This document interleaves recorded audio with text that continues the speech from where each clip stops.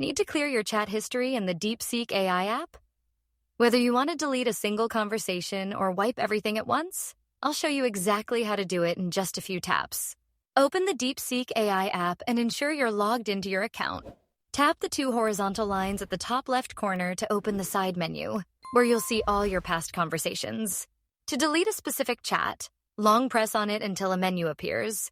Then, tap Delete to remove that conversation permanently.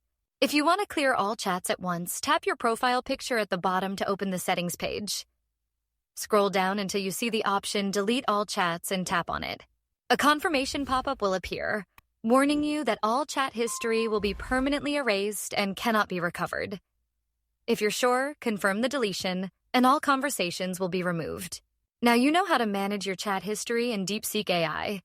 If this tutorial helped, be sure to like, subscribe, and stay tuned for more quick guides. See you in the next one.